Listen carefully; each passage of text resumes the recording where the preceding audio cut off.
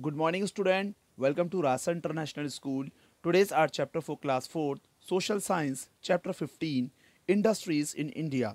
And today we have topics to discuss: small scale industries, large scale industries, major industries of India from the page number 85 to 87. Chapter 15, Industries in India. Look at the page number 85. Industries refer to the productions of economics goods, either material or a service, within an economic with the help of machine and power.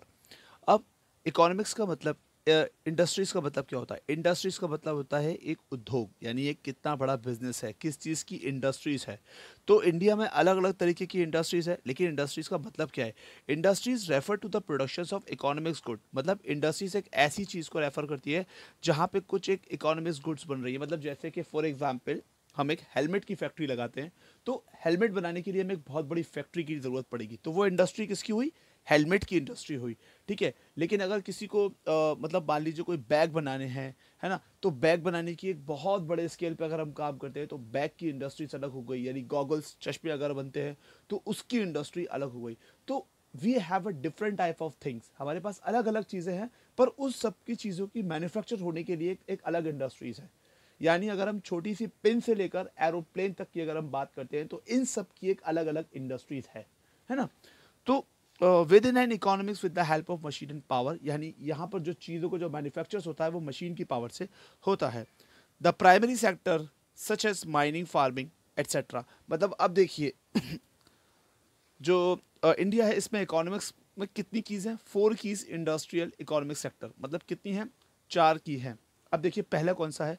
Primary sector such as mining and farming, यानी पहला जो एक sector है वो क्या क्या कहलाता है? एग्रीकल्चर। फार्मिंग, यानी अगर आप कोई भी काम अगर आप एग्रीकल्चर से जुड़े हुए हैं तो इसका मतलब क्या है कि वो प्राइमरी एक्टिविटीज है।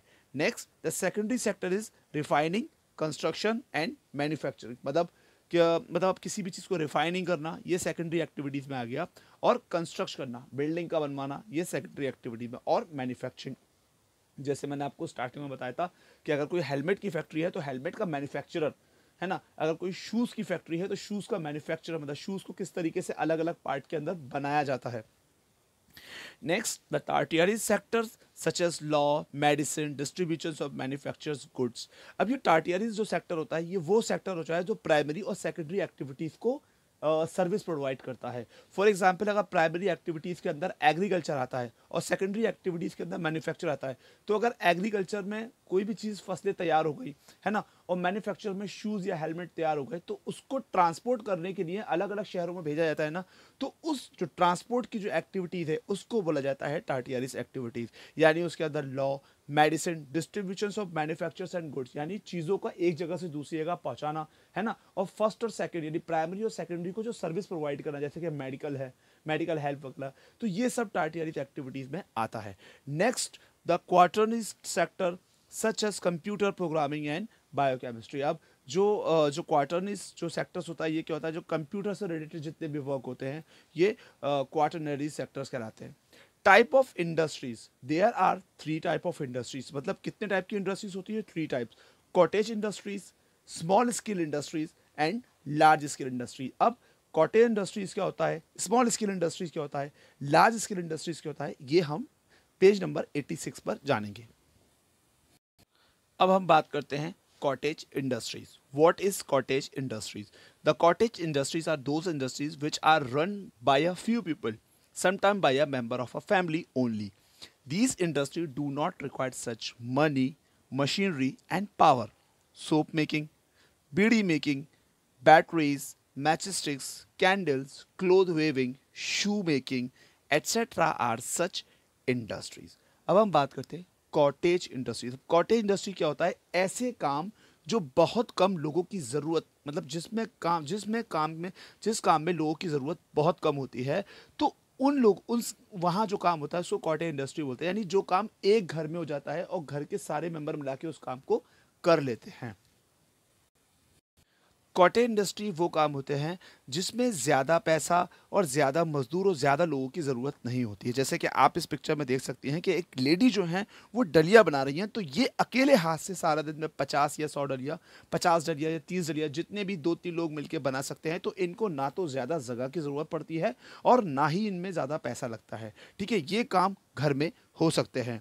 जैसे ये अकेले हाथ से ये कपड़े का काम कर रहे हैं, तो ये एक इंसान जितना कपड़ा बना सकते हैं ये काम अपने ये घर से भी कर सकते हैं। तो इसको हम बोलते हैं कॉटेज इंडस्ट्रीज। अब इसमें आने वाले जो काम होते हैं वो कौन कौन से होते हैं? सोप मेकिंग, साबुन बनाना, बीड़ी मेकिंग, बीड़ी बनाना, batteries, matches stick, candle, cloth weaving यानी कपड़ों का बुनना, शू मेकिंग, जूते का काम यानी जूते बनाने वाले अक्सर ये दिखाया था कि घर से ही ये काम, उसकी जो मैन्युफैक्चरिंग का काम है वो घर से हो जाता है। तो इसीलिए ऐसे काम जो घर में हो जाते हैं और बहुत कम लोगों के साथ उस काम को कंप्लीट कर लिया जाता है, उसको बोला जाता है cottage industry.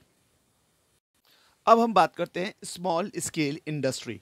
What is small scale industry? है ना, स्मॉल स्केल इंडस्ट्री क्या होता है? Small scale industries are those which require power machine, more money and labour force. Production units of electrical equipment, hosiery goods, plastic goods, TV and radio are such industries. अब देखिए small scale industry क्या होता है? Small scale industries are those which are require power machine, more money and labour force.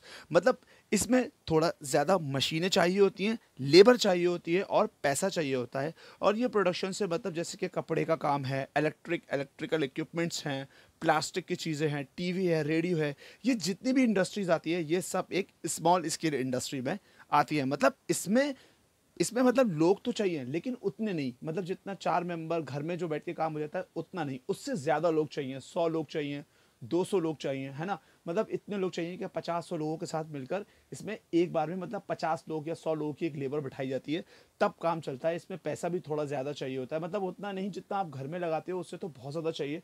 इसके लिए एक बड़ी factory भी लगाना पड़ती है, 100-150 लेबर का पैसा भी निकालना पड़ता है ना। तो इसको बोलते हैं स्मॉल स्केल इंडस्ट्री। अब हम बात करते हैं large scale industry. What is the mean of large scale industry? Large scale industries require a huge capital, machinery, power, skilled labor force, and textile, iron, and shipbuilding, cement, etc. are such as industries. अब large scale क्या होती है? इसके अंदर एक ज़्यादा मतलब पैसा चाहिए होता है, ज़्यादा बड़ी जगह चाहिए होती है, मशीनें भी बहुत चाहिए होती है। यहाँ ये नहीं कि 10-5 मशीनें, यहाँ तकरीबन 500 लोग, 1000-2000 लोग एक साथ काम करते हैं। एक बहुत बड़ी फैक्ट्री होती है, इसमें 2000-2500 लोग काम करते हैं एक बार में, मतलब तो इसमें ज़्यादा प्रोडक्शन निकाला जाता है और उसमें स्किल लेबर होती है। जैसे फॉर एग्जांपल टेक्सटाइल, आयरन, है ना, शिप बिल्डिंग्स, ये सब, सीमेंट, ये जितनी भी जो एक मतलब जो एक इंडस्ट्रीज होती हैं ये एक लार्ज स्केल इंडस्ट्री में आती हैं। Some major industries of India. India has made great progress in the field of industries after independence. Today India has a several industries. Bharat जब आज़ाद हुआ उसके बाद इंडिया में अपनी इंडस्ट्री में बहुत आगे बढ़ चुका। आज इंडिया में बहुत सारी इंडस्ट्रीज हैं। फॉर एग्जाम्पल हम बात करते हैं textile industry. The textile industry is the largest and the oldest industries in India. India is a major producer of cotton and jute textile. The cotton textile industries are mainly located in the cotton producing state of Gujarat, Maharashtra, Tamil Nadu, and Madhya Pradesh, Uttar Pradesh, and West Bengal are other producer. Mumbai, Ahmedabad, and Surat are big cotton textile of center. अब हम बात करते हैं textile industry. Textile का मतलब होता है कपड़ा उद्योग, है ना। और जो कपड़ा उद्योग है वो हमारे देश में बहुत पुराना और बहुत बड़ा है, ठीक है। और इसके जो मेजर प्रोड्यूसर जो स्टेट हैं वो कौन कौन सी हैं? गुजरात, महाराष्ट्र, तमिलनाडु, मध्य प्रदेश, उत्तर प्रदेश और पश्चिमी बंगाल। और मुंबई, अहमदाबाद और सूरत में सबसे ज़्यादा मतलब जो है कॉटन की मतलब एक टेक्सटाइल है, सबसे ज़्यादा कॉटन टेक्सटाइल है।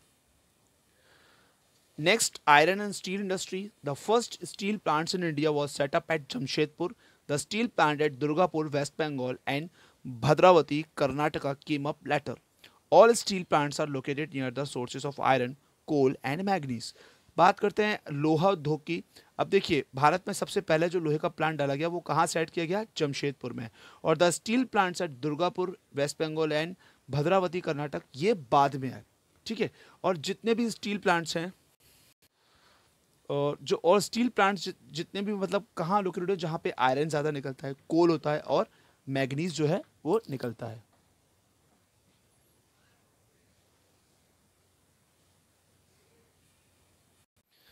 Heavy electrical industry. Heavy electrical goods and machine are also needed for the industrial development of our country. Bharat Heavy Electrical Limited (BHEL) was set up in India for this purpose. The company has its unit at Bhopal, Hyderabad, Tiruchirappalli and Haridwar.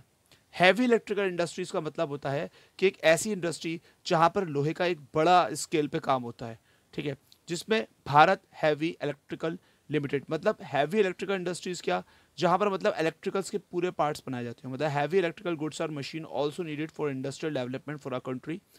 अब मतलब इसमें जितने भी electrical parts हैं, electrical industries को क्या बोलते हैं, जैसे the Bharat Heavy Electrical limited. What is the full form of भेल, मतलब भेल की पूरी फुल फॉर्म क्या होती है, Bharat Heavy Electrical Limited was set up in India for this purpose. The company has its unit at Bhopal, Hyderabad, Tiruchirappalli and Haridwar. और जो इसकी यूनिट्स हैं मतलब वो कहाँ कहाँ पर हैं, भोपाल, हैदराबाद, तिरुचिरापल्ली और हरिद्वार। मतलब यहाँ जितने भी हैं वो सब मतलब जो हैवी इलेक्ट्रिकल इंडस्ट्रीज हैं वो मतलब ये सब हैं। अब हम बात करते हैं engineering industries. The engineering industries include a large number of industries. Hindustan Machine Tools Limited (HMT) has its units at Bengaluru, Pinjore, Kalamassery and Hyderabad, Srinagar. A wide range of machine for watches to printing press are produce here. मतलब अब हम बात करते हैं इंजीनियरिंग इंडस्ट्री, मतलब जहाँ पर सबसे ज़्यादा मशीनें बनती हैं। भाई हम मशीनों से बहुत सारा काम करते हैं, तो ये मशीनें बनती हैं ना, तो इसको बोलते हैं इंजीनियरिंग इंडस्ट्रीज। और the Hindustan machine tool limited, मतलब अगर हम बात करें HMT की, what is the full form of HMT, तो Hindustan Machine Tools limited has its units, और जो इसकी यूनिट्स वो कहाँ कहाँ पर हैं, बेंगलुरु, पिंजौर, कलमसरी, हैदराबाद एंड श्रीनगर। अब हम बात करते हैं अदर इंपॉर्टेंट इंडस्ट्री, मतलब इसके अलावा और भी अलग एक इंपॉर्टेंट इंडस्ट्री है। Locomotive railway engines are manufactured at the Chittaranjan in West Bengal, at Varanasi in Uttar Pradesh. अब मतलब जो लोकोमोटिव मतलब जो इंजन जो होते हैं ना, रेलवे इंजन्स, जो ट्रेन के जो इंजन्स हैं वो कहाँ बनते हैं, वो चितरंजन इन वेस्ट बंगाल, एट वाराणसी, ठीक है, इन उत्तर प्रदेश। मतलब ये दो जगह बनते हैं, एक तो चितरंजन जो कि वेस्ट बंगाल में है, और वाराणसी कि उत्तर प्रदेश में है ना। और railway coaches and wagons are manufactured at Perambur near the Chennai in Tamil Nadu and at the Kapurthala in Punjab. मतलब ये जो रेलवे के जो कोचेस वगैरह हैं ये मतलब कहाँ बनते हैं, railway coaches and wagons are manufactured at the Perambur near the Chennai Tamil Nadu, मतलब ये पेराम्बर जो चेन्नई तमिलनाडु के पास है ना, और कपूरथला पंजाब। मतलब यहाँ क्या है, यहाँ पे यहाँ रेलवे के जो कोचेस, ये ट्रेन में जो होते हैं ना, ये ट्रेन की जो बोगी होती है ये यहाँ बनते हैं, ठीक है। Ships are built at Kochi, मतलब जो शिप्स हैं, जो शिपिंग इंडस्ट्रीज है, जो बड़ी बड़ी शिप है, ये कहाँ बनती हैं, ships are built at Kochi, Kerala, Mumbai, Maharashtra and Visakhapatnam, Andhra Pradesh. Aeroplanes are manufactured by the Hindustan Aeronautic Limited, मतलब जो एरोप्लेन है वो कौन बनाता है, वो जो कंपनी है उसका नाम क्या है, हिंदुस्तान एरोनॉटिक लिमिटेड, यानी हॉल, जिसको HAL हॉल के नाम से भी जाना जाता है।